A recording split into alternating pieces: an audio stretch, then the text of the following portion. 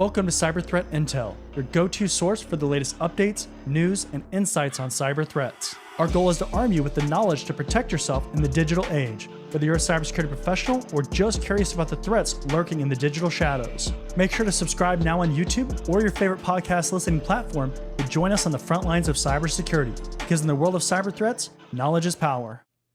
Welcome. This is Cyber Threat Intel, and I'm your host, John Good. This is episode number 69. And in this episode, we're going to be talking about Snowflake. You may not have heard about this, but there's a major thing going on with Snowflake that's going to affect a lot of different customers of Snowflake and what they're doing in their accounts with Snowflake in 2025. Now let's take a step back. Let's talk about who Snowflake is, and then we'll kind of get into why this matters, what's happening, all those kinds of things. So we'll flip on over the screen here. This is Snowflake's website, and basically Snowflake is a data analytics tool. So basically customers will put their data into Snowflake. They'll manipulate it or use it in some way, make decisions, produce information for other people, all those kinds of things, right? It's just a data tool that companies use, and a lot of major companies use Snowflake. This is not a small player in this data space. So there are major companies that are utilizing this service for their data. So keep that in mind. That's really important. Now, what happened with Snowflake? Why is Snowflake kind of in the hot seat in general? Well, if you aren't aware, back in the middle of 2024, we're recording this in the late stages of 2024, so December of 2024. But over the summer, a lot of their customers were getting breached because they did not have multi-factor authentication enabled on their user accounts. That's basically what it boiled down to. If you've been studying cybersecurity for any period of time, you likely have heard of multi-factor authentication. So multi-factor authentication, two-factor authentication, you can really kind of use those interchangeably. But basically the idea is you have all these different factors. So something that you know, like a password, a username, something you have, like a USB token or some kind of device that you might plug into your computer, smart card, something like that. And then you could have something that you are, biometrics, scanning your iris or something like that. And so the idea is multi-factor authentication combines at least two of these factors. So it's multi-factor instead of just having a username and password to get into your account. Two-factor authentication would obviously just be two of these factors, but it's the same idea. And in a lot of cases, we default to two factors, but we still call it multi-factor authentication in a lot of cases. So you might hear them used interchangeably. But what happened, again, was a lot of these major companies that were using Snowflake had users that were not enabling two-factor authentication on their account or multi-factor authentication. And again, we'll use those interchangeably throughout this video, but they were not enabling it on their account. And so these companies started getting breached on these user accounts that had access to a lot of this data. That's a very serious thing when we're talking about major companies. Obviously, small companies, if they have sensitive data, that's an issue. But when we start talking about these major companies that are, facing these breaches, and you can look up this previous situation if you're interested in hearing more about it. It's a pretty good situation to understand, especially if you're trying to get into the career field, because it's a good thing to bring up in interviews in case you are looking for something to bring up to impress employers, showing that you're staying current with what's going on. But so that's essentially why Snowflake is really in the hot seat. They allowed users to set up two-factor authentication. It was not a requirement. There was no way to require it, to force users into doing it. So especially if you had a local user account, you didn't have to set it up. You could just have a password on there, and maybe it's complex, maybe it's not that complex, whatever. But we know that passwords alone are not a secure mechanism to secure accounts. When we talk about passwords, we talk about things like password length, password complexity, using special characters, symbols, numbers, all those kinds of things, password history requirements. So you can't reuse the same password that you've used from the last 24 times as an example. Your password expires after 90 days. All those kind of standard things are just a baseline of account security. we've evolved where two-factor authentication or multi-factor authentication is a requirement. It's a best practice. It's something that you have to enable. So to not force users or be able to force users into it is definitely a gap as far as account security. And when we see vendors that don't offer that ability to force users into that, it's a concern for sure, because that is not enabling or allowing us to enforce a best practice that really should be there. So let's go ahead and flip on over to the actual press release and let's talk about that. So this came out on December 1st, 2024. So very, very recently. And it says Snowflake will block single-factor password authentication by November 2025. Earlier this year, Snowflake signed the Cybersecurity and Infrastructure Security Agency's CISA Secure by Design pledge. As part of the commitment, they're announcing that by 2025, Snowflake will block sign-ins using single-factor authentication with passwords. Again, passwords alone are not a very secure mechanism. Doesn't matter how secure that password is. A lot of users will reuse passwords that they've used on other platforms. Well, if they use the same email or they are identifiable by their email or some other factor, and then you have information that they have an account in Snowflake, for example, and you're an attacker, you could just try reusing their passwords and you could get into their account potentially. A lot of times attackers will use password dumps from previous breaches and just start putting passwords in. If they can, again, connect all this with a specific user and make that attack more targeted, well, that becomes even more of a concern. That's why you want to have things like two-factor authentication on accounts. This enhanced level of protection adds to the growing security capabilities of Snowflake Horizon Catalog, just better safeguard security posture and mitigate risks of credential theft. The previous announcement, multi-factor authentication will be the default for all password sign-ins in new Snowflake accounts created starting in October 2024. So that was roughly 2 months ago. In order to hit the milestone, they're going to build a viable path for all customers to migrate, and they're taking a phased approach. Now, keep this in mind. Whenever you're rolling something out, it is very, very important that you do it in a phased approach. We saw, for instance, with CrowdStrike, they pushed out an update to everybody and they started crashing systems everywhere. That's a very likely scenario if you push something out that has bugs or has issues, you haven't tested it, all those kinds of things. That's why you roll it out in phases. You don't just blast it out to everywhere, because that is going to cause a lot of issues. You're not going to learn anything because you're going to be putting out fires left and right, trying to solve an issue that it would have been better to just slowly roll it out and figure out the issues so you can get better and better and quicker at resolving issues as they come up.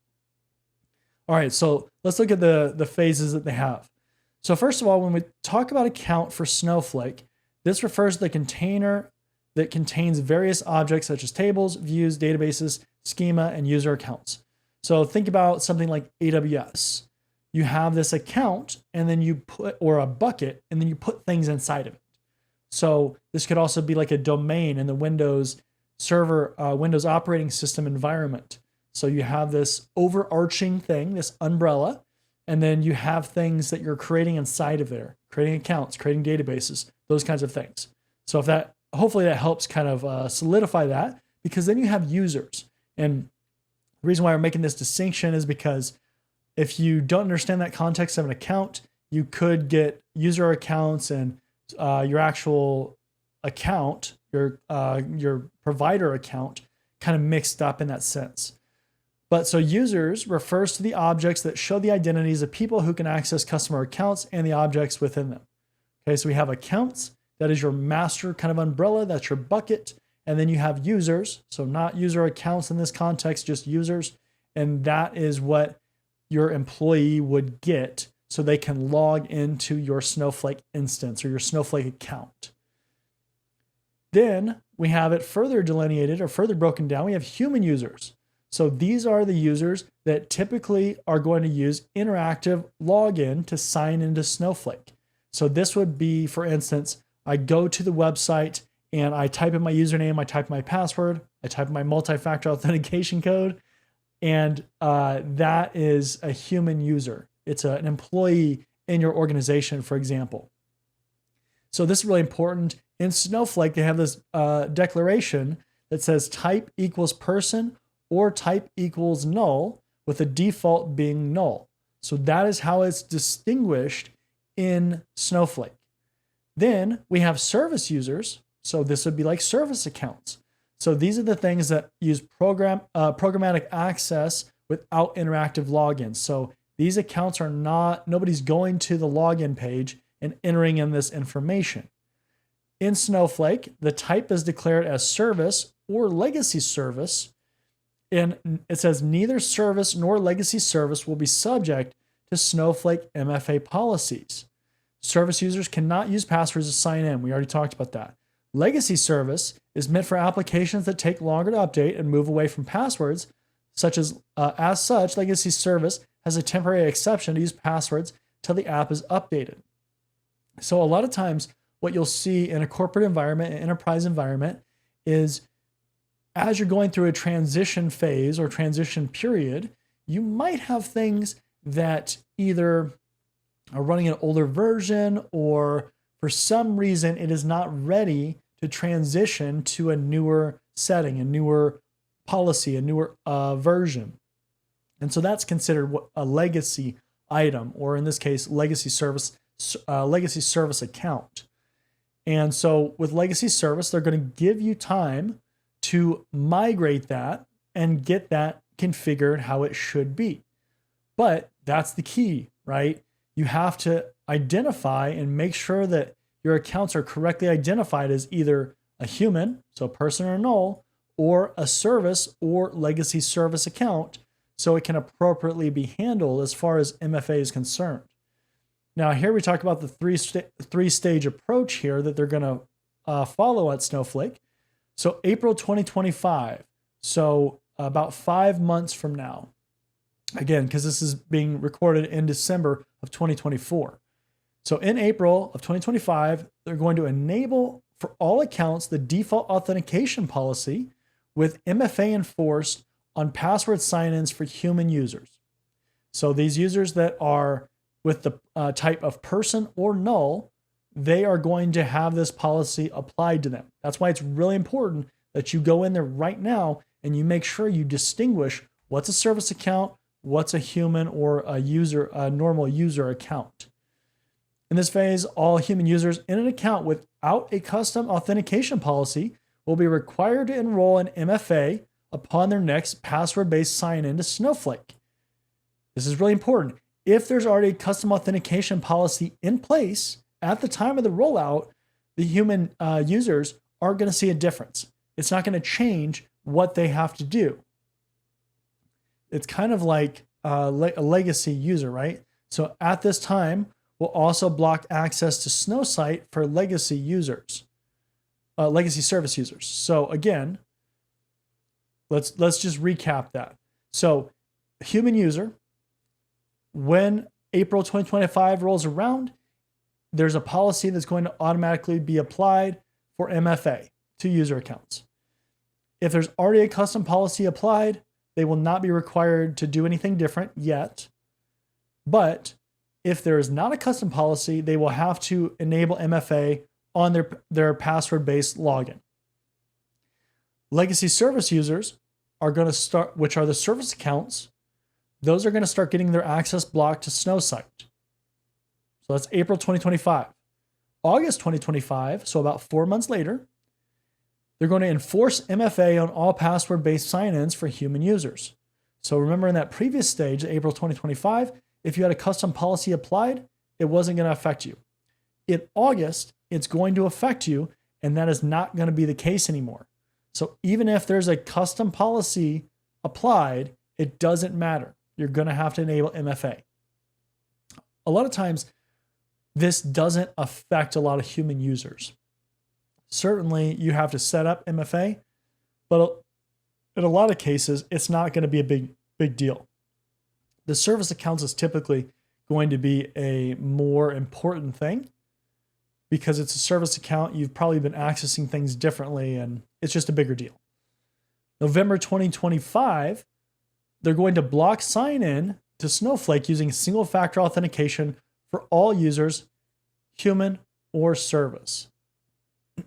So everything remaining, legacy service is deprecated, and all legacy service users will be migrated to service users. So by November 2025, everything is going to have to go to this new setup. So keep that in mind. So let's just recap that real quick. No, it's a lot. So April 2025, there's going to be a default policy applied. If you already have a custom policy applied, it's not going to affect users. If not, they're going to be forced to enable MFA. Legacy service users are going to get their access blocked to Snowsight. August 2025, MFA has to be applied to all human users. Doesn't matter if they have a custom authentication policy. November 2025, everything is going to the new stage, and legacy service no longer is going to allow a single password to be used. You're going to have to migrate it to the service type. It's not going to affect users using SAML or OAuth or those using key pair authentication. And they talk about a white paper that they have. And they say Snowflake is going to continue investing in the security capabilities of the customer accounts and bring more products and innovation to this space, such as native support for passkeys and time-based one-time passwords, TOTP, including authenticator apps. These will work hand in hand with Snowflake's other recently announced capabilities, including leaked password protection, Trust Center, MFA policies, programmatic access tokens with a private preview coming soon, and many more. Stay tuned for updates. So this is, again, a very interesting situation. It's one thing that we haven't necessarily seen with a lot of service providers out there. We haven't seen, a ton of them saying that especially at the service provider level, that they're going to force people to use MFA. Sometimes there are settings within an application that will allow you as an administrator to say, hey, I want all my users to use MFA, and maybe service accounts are exempt or something. There's some kind of setting a lot of times. Not always. And the service providers that are not very sophisticated or not very mature as far as their offerings, you may not have that option. That's a very possible thing. Seen plenty of popular services and offerings that don't necessarily have that as an option, which is bad, right? Like that's also bad. But you also see other service providers that don't offer the ability to require it, even though they offer it. So users can set it up as they like. And if they do, great. If not, it doesn't change anything. There are also some that you can set it up so it will absolutely force people to do it. For instance, in AWS, you can absolutely set up users to be required to set up MFA on their accounts to get permissions. Totally an option. And something like Snowflake, this is kind of different again, right? We're seeing them say at the company level, at the Snowflake level, so at the very top, we are not going to allow customers to not have MFA enabled, especially on their user accounts. So again, it's a great step. I love seeing this. I think that a lot more vendors should have this because this gives more control and more security around accounts that is not always there again, right? And again, we talked about this early on, but MFA it's just such a common practice and a best practice, a requirement that you should always have in place in anything that you have these days, because a password alone is just not secure. It's amazing to see that we still have some vendors that only offer password authentication. At the core level, that's really bad. We're 2024, about to cross into 2025, and we've seen so many companies getting hacked just by password spraying or brute force attacks or these very basic things. And so it is a best practice to allow MFA. It's a best practice to require it on all your users too. So I'm hoping that we're going to see a lot more vendors kind of hop on board with this, because this is just the way things have to be now. You just can't avoid this. You can't not offer it. And as a security department, as a security leader, security professional, as an IT professional, a tech professional, you should be very concerned if you don't have the ability to do MFA at the base level. If you don't even have the option to enable it, maybe you shouldn't use that vendor. It's a real concern and something that you have to think about. We talk about compensating controls. Certainly, if you could have compensating controls around authentication, then maybe you don't necessarily need MFA enabled directly with the provider because you have some other way of protecting things. There's all kinds of situations, hypothetical scenarios that we're not going to get into because there's just so many different things that can happen out there or be present. But again, any compliance standard, GRC standard, you're going to see that multi-factor authentication is a requirement. It's a control in basically every standard that it's out there. So it should make you not feel great if you can't answer those controls saying, yes, we have multi-factor authentication enabled. The last thing you want to do is have some service that is critical, that has a lot of customer data or sensitive data in it, get compromised because you don't have these basic account security options that you really should be doing. And so again, I'm going to leave the articles in the description. You'll be able to see them there and dive into it a little bit more. But this is a really important one. This is not something that is unique to Snowflake. Snowflake just happens to be in the hot seat right now because of recent events. So there's plenty of vendors out there, I'm telling you, that have the same kind of situation that they're just not doing anything about, or that they just haven't faced the same kind of situation. So you have to be really careful. That's why you have to do things like evaluating your vendors, evaluating your services and products that you have, that you're using, that you offer to customers, all those kinds of things. Because again, the last thing you want to have happen is your service or your customer data or something get breached because you don't have basic security hygiene, basic security controls. These are fairly standard things in today's world. So again, check out the article. I'll leave the link in the description. And this has been episode number 69. Again, this is Cyber Threat Intel. I'm your host, John Good. If you enjoy the content, make sure to like, comment, and subscribe. If you're watching on YouTube, if you're listening on a podcast platform, we'd love to see a review from you. Let us know if you're enjoying the content, if there's other things that you want to hear about. And with that being said, we're going to go ahead and wrap up this episode. I'll see you next time. See you later. Are you tired of overpaying for cybersecurity training? Are you interested in training from industry professionals? Are you looking for cybersecurity career services? If you answered yes to any of those questions, then cybertrainingpro.com is the perfect platform for you. At Cyber Training Pro, we're a one-stop shop for all your cybersecurity needs. We can train you for industry certifications or just improve your overall knowledge and skills in a certain area. Unlike other platforms, we don't stop there. We can also coach you throughout your career, practice your interview skills, or create a high-performing resume with our career services. CybertrainingPro.com isn't just another training platform. Students get exclusive access to our private community where we go beyond training courses to provide additional content, tips and tricks, and engagement with both other students and staff. Look, by the year 2025, there could be as many as 3.5 million job openings in cybersecurity. With so much opportunity, why not maximize your career potential with a platform that cares about your success? Come join us at cybertrainingpro.com and start building your future today.